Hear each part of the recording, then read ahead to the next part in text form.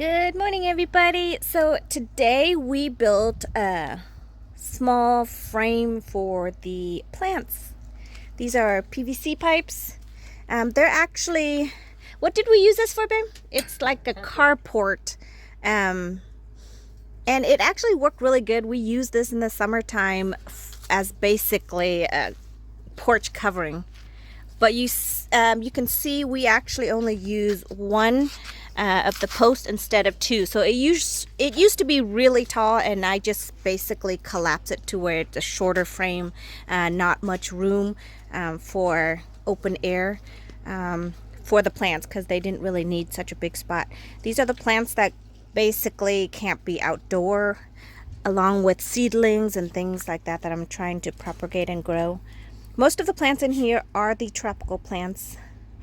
They definitely all suffered. So thankfully, the plants that I purchased from fastgrowingtree.com, I do have the warranty on them. So I'll be able to get replacements for them. Some of them we do not have the warranty on them. So they are just going to be chalk it up for loss.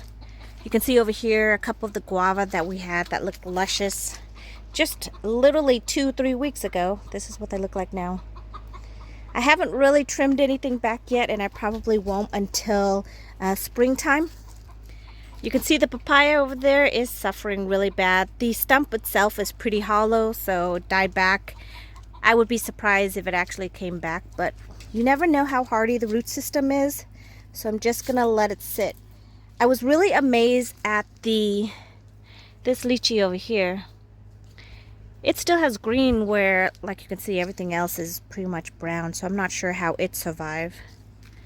This is also the avocado. This is the Haas avocado.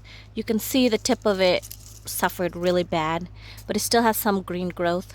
Not sure how that one survived either. Literally everything else, even the banana plant.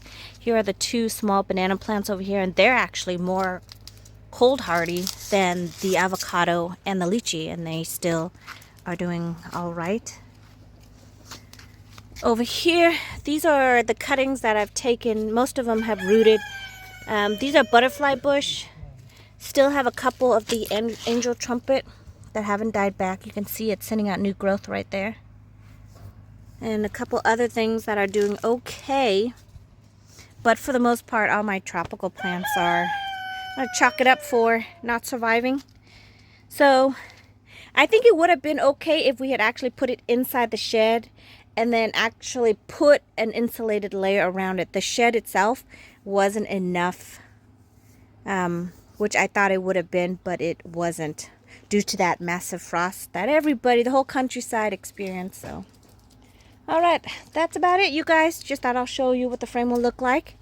I'm going to put the covering over top of it, and then I'll do a final showing. All right, here it is with the shell put on, you guys. I'm going to go inside, and basically it's just pretty much airtight.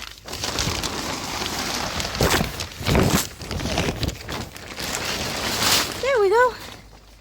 I can stand up, so it's about 5.5, almost 6 feet, I think. Well, I think it's 6 feet because my husband can stand in here. So it's pretty warm in here already. I don't think any of the heat will escape from here, so I think this will work out perfectly for them.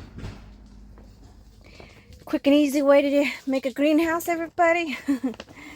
Hopefully this will work till springtime. Then I can sort out everything and see what's alive and what's not. So when it gets really hot in the daytime, which it has been, it's been in the 70s. But at nighttime, it's still going down into the 40s and 30s. What I'll do is I'll probably just flop the front all the way over and then open it up for the sunlight to come in, and then close it back up in the evening time. Or I just leave it like this, but I think it's going to get really hot and probably in like the 80s or 90s in here if I leave it enclosed. And then I also need to make sure that I can vent it. It'll get really hot and humid in here, and we don't want anything to rot. So that'll be another thing I'll have to worry about. what to do for that aspect of it. But I think this will be pretty nice.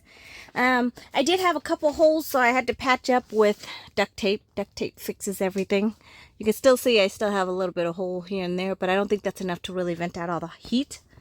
So at least there'll be some air coming in through here. But yeah, where you see the patches are, that's where the bigger holes are, so I had to patch it up. So hopefully by this year we'll be able to get the actual in-ground greenhouse going. Then I could put everything in there and not have to really do this makeshift little greenhouses that I've been doing to keep my plants alive. Thank you so much for watching, you guys. I hope you have a great day, and I look forward to seeing you in the next video. Goodbye, everybody.